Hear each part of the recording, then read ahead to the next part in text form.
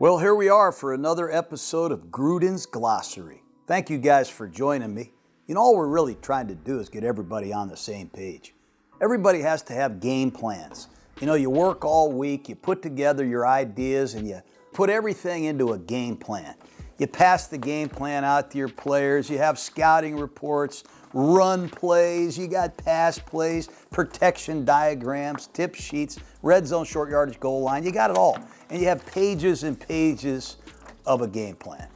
And you practice Monday, Tuesday, Wednesday, Thursday, Friday. And inevitably, at some point, you got to get on the airplane and get ready to go play the game. So you got to put all these notes, all these plays onto a sideline sheet. You've seen these coaches standing down there on the sideline, hiding their lips. Trips right tight, 76 zap X shallow cross. They don't want everybody to lip read, like people really know what the heck you're saying. So what I wanted to do is just kind of show you how we did our game plans way back in 1995 when I was with the Philadelphia Eagles. Then when I got my first head coaching job with the Oakland Raiders, show you how the sideline sheet evolved, and then to the Tampa Bay Buccaneers, and then back to the Raiders. It's just kind of an evolution of the sideline sheet. Back in the day, when I was with the Green Bay Packers in 1992, I was the signal guy. We didn't have a quarterback to coach walkie-talkie. I had to signal the plays to Brett Favre. And if Brett Favre were sitting right across from me and I went like this, 2, jet, Dino, Y, shallow, cross. He'd go, 2, jet, Dino, Y, shallow, cross, brown right, slide A right. He had to memorize the formation. If I ever went 22, dancer, Z, stutter, go, he'd go, red right, 22 dancer, Z stutter, go. Brown right, A right, 2, jet, flanker, drive. We didn't have the ability to talk into the quarterback's ear with this modern technology. But the sideline sheet now allows you to put your game plan in compartments, meet with your staff Saturday night in the hotel, and determine which plays you're going to prioritize and ultimately call. So you practice and practice and practice, and you document all through the week which plays you practiced, which plays look good. The plays that look good and were practiced, they make the sideline sheet. I used to type the sideline sheet together for Mike Holmgren when he was the head coach of the Packers. Then when I became the offensive coordinator of the Eagles, I typed my own sideline sheet. And then when I became a head coach all the way up till the very end, I've always typed my own sideline sheet. I had to have it a certain way so I knew where everything was. And here's an old 1995 sideline sheet when the Philadelphia Eagles played the Arizona Cardinals. And I just want to show you how it's evolved over the last 30 years. But these are some really good basic guidelines in how a sideline sheet is set up. So if you're coaching your youth team, if you're coaching a high school team, or if you're just curious of how a sideline sheet works, here's some pretty cool ideas. We always, on the front page, had the running plays. We had the running plays carefully listed, and then we listed all of the base passes that you would call on first or second down. We had our goal line and our short yardage right up here in the middle. Critical calls, runs, passes, short yardage and goal line. We'd sit in the meeting the night before the game and we would go over each play. What's your number one goal line run? What's your number one goal line pass? And we would put a 1 and a 2 and a 3 next to those plays. So a lot of the plays that you call on Sunday, it's kind of premeditated what you're going to call the night before the game. As soon as you get on the goal line, boom, 14 blast. That's just the way it worked. We had our screens, all of our gadgets and special plays that we had in here. We had another column for specials. Those are your gadgets, your trick plays, play action passes, move the pocket plays, sprint outs, bootlegs. You got to change the launching spot. So we would organize those plays very carefully. We were very descriptive with the red zone, and we did it in field increments. Passes at the 20, the 15, the 10, the 5, the tight red zone. Running plays at the 5, the 10, the 15, and the 20. And we would go over those plays the night before the game. Each coach, what do you like at the 20? What do you like at the 10? And we would prioritize our calls. And then our nickel offense. What are we going to do when we're in 11 personnel, 10 personnel, multiple wide receivers? What are our plays we're going to call primarily on third down? we would carefully determine what plays we would call on third down. We had a little box for 3rd and 1 to 3, 3rd and 4 to 6, 3rd and 7 to 10. And then we had another category for extra long yardage.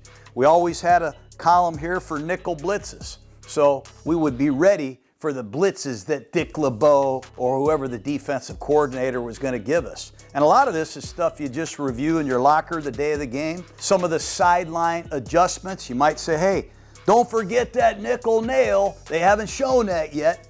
But we just have a organized board where you've prioritized your plays. We all talk about situational football. Well, what are you going to call on the goal line? What are you going to call in the red zone? What are you calling on 3rd and 4? It's tightly organized, and it's easier to call the plays on game day. So you're not a spaz like some people like me. Hey, shit, timeout. You don't want that, man. You want to be calm, cool, and collected. So you save time to yell at the officials, you see.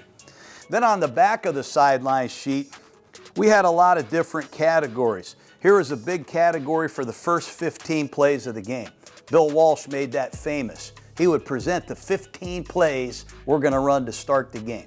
Now, they wouldn't always come off in that exact order, but it gave the whole football team an idea how we were setting the game up. It let us get the ball to our best receiver, our top running plays. The things that looked really good in practice were things that made the first 15.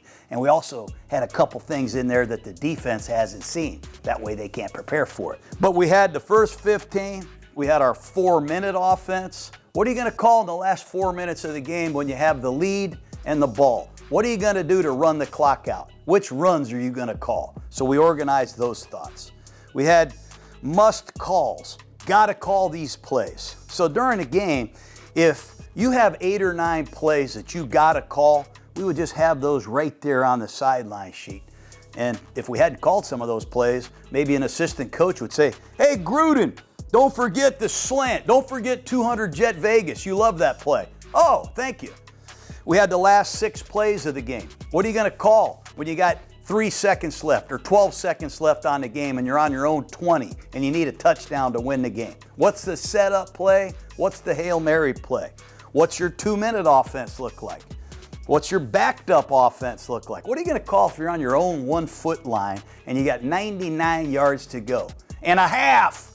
You remember that play when Dallas ran that trap and Tony Dorsett went for 99 yards? That was Tom Landry probably calling, let's go with a 10 trap right there on the sideline sheet. We had base blitzes. What blitzes do they have? We always had a box for that as well. And a lot of times you're using it just to review. But that's how the sideline sheet started back in 1995. And the longer you do something, the more things change. And they evolve. So I'll show you where we ended up. So the sideline sheet got bigger and bigger and bigger because we had more and more ideas. And the font got littler and littler and littler. That's why a lot of these coaches wear glasses on the sideline. Not because we're getting old, it's because the font is so little, man. You can hardly see it. But this was one of my very last game plans against the Steelers in 2021. It was a good one, I think. But the run list got longer, and we started classifying the runs by personnel grouping. We had 22 personnel runs, 12 personnel runs, 13 personnel runs, 1 back and 3 tight ends. We had 11 personnel runs, and you can see the highlights in red where, hey, alert for a muscle check if they stay in base. But you can see how we carefully organized the running game by personnel grouping. And then we had a ton of passes. We had 2 columns of different kinds of passes. The ones in blue, those were menus. We might call 4 plays at a time. That's for another story. But all of our menus were packaged carefully together. And we tried to have master formations. Then we tried to package our pass offense so we could call it easier. We had a belief that plays that started off looking the same, that were different, helped us make better adjustments during the game. So we would have different formations and we would load the passes within each formation in individual boxes. We had quick game, 3-step passes where the ball's out. You got to change the launching spot. You can't just drop back and throw it. And then all the stuff in green were our 3rd down calls. 3rd down and 1 to 3, 3rd and 4 to 6, 3rd and 7 to 10, 3rd and 11 plus, maybe what we're getting against the prevent defense. We had a lot of different drop back passes, and we orchestrated it by formation and by protection. It helped us find plays easier and call plays without the stress of finding out where they were. Here again is our red zone list at the 20, at the 15, at the 10, and at the 5. We had our goal line and short yardage, top right section. We would circle the plays the night before the game that the coaches and quarterbacks liked. You want to call plays that guys get excited about. You don't want to call a play and have the quarterback kicking the dirt, man. You want the guy to be excited. So there's the front page.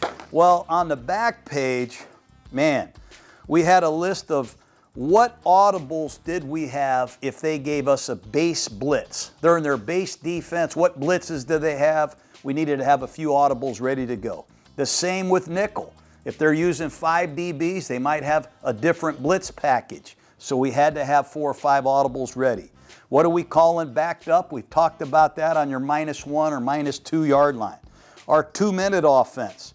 We had a lengthy 2-minute offense. We wanted to try to be multiple by formations. What do we have out of trips? What do we have out of snug? What do we have out of dot clamp? What do we have out of 2x2 formations? We laid that out carefully. We prioritized what calls we were going to use with a moving clock. What calls are we going to use when the clock is stopped?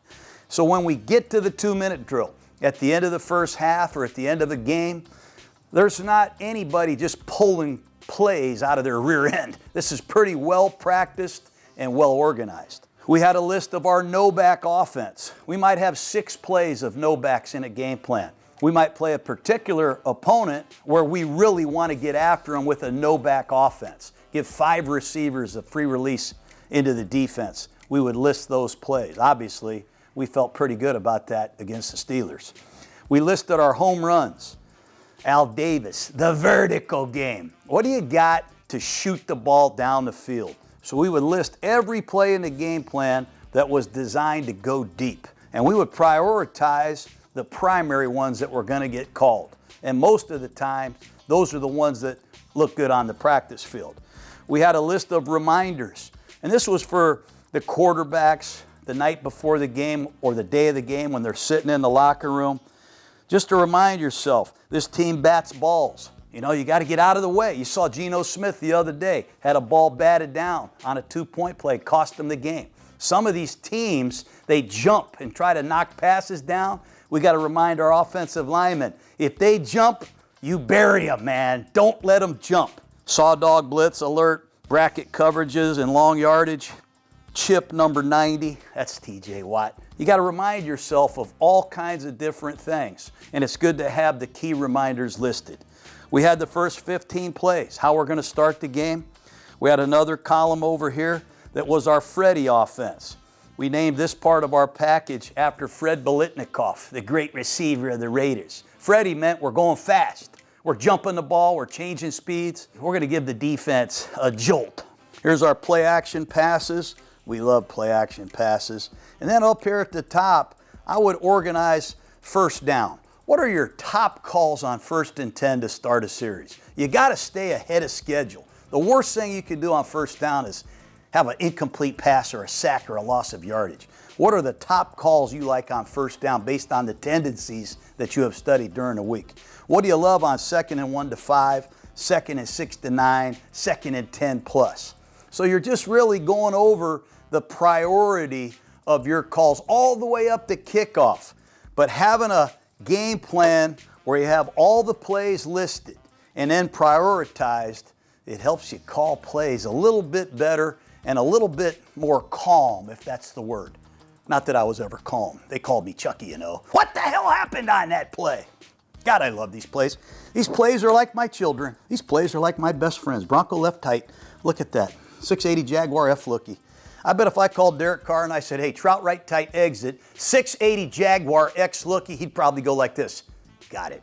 Hey Gannon. Hey, Rich Gannon. Let's go weak right close fay. Give me 76 yo, 76 sail, or 358 cannon. They'd probably go, got it. They'd come right in here tonight, go out on the street and execute, not like they used to, but pretty good. So you have all these situations, all these plays prioritized. Go ahead, Jake. Give me a situation and I'll call the play off of my sideline sheet.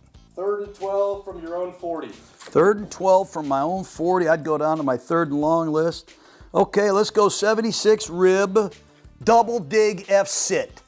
Out of trips right. No, let's go out of trough right. 76 rib, double dig F sit. Trough right, 76 rib, double dig, F sit. Because now the quarterbacks are able to hear you talk in a walkie-talkie. Back in the day, I would have to go 76 double dig. And Brett Favre would have to remember it's out of trough right. But right now, hey, give me 11, 11, 11. You always got to call the personnel first, Jake. 11 is one back and one tight end. Then you got to name the back that you want in there. Is it 11 Josh Jacobs or is it 11 Kenyon Drake? No, 11 Jalen Richard. 11 Richard, let's go trough right, 76 rib, double dig, F sit. Hurry up. Go ahead, give me another one. All right, 2nd and goal from the 6. Ooh, 2nd and goal from the 6. All right, 2nd and goal from the 6. I'm a little rusty here. Give me why? Hey, give me green, right, close. Let's go 14 blast. Get it to him deep. Ooh, I got chills, man. Give me one more. All right, 1st and 10, your own 25. Well, 1st and 10 on your own 25. Hey, Derek. Let's go Freddie. Let's go quality in. Hurry up. That's a quick play. See, we're going to line up in a crazy-ass formation. Whoa, that'll tick them off. All right, so 2-minute drill, 35 seconds left. You're on their 40-yard line. It's 1st and 5. Is the clock running? Yes. Clock's running. Hey, let's go trout right, 83 choice. Hurry. Let's go trout right, 83 chug. That'll change the trips combination. Let's go halfback choice with a little jaguar on the backside. Whew. I'm a little rusty, but I'll be ready to go in a couple days. This is awesome. Give me one more. All right, 4th and 5, midfield. 4th and 5, midfield. Yeah, 4th and 5 from midfield. Let's go with the menu right here. Hurry, Derek. Let's go strong right slot Zulu. Pick one. Let's go yo, bench, or let's go 82 sailor. Hurry. Let him pick the play. He'll be right. So at the end of the day, no matter how you slice it, let's put a lot of time into the sideline sheet. We practice during the week. You know what the kids have been practicing. You know what they're really good at. And you also know what you really want to call yourself. So you organize all your thoughts, but you have to do something that's good for you.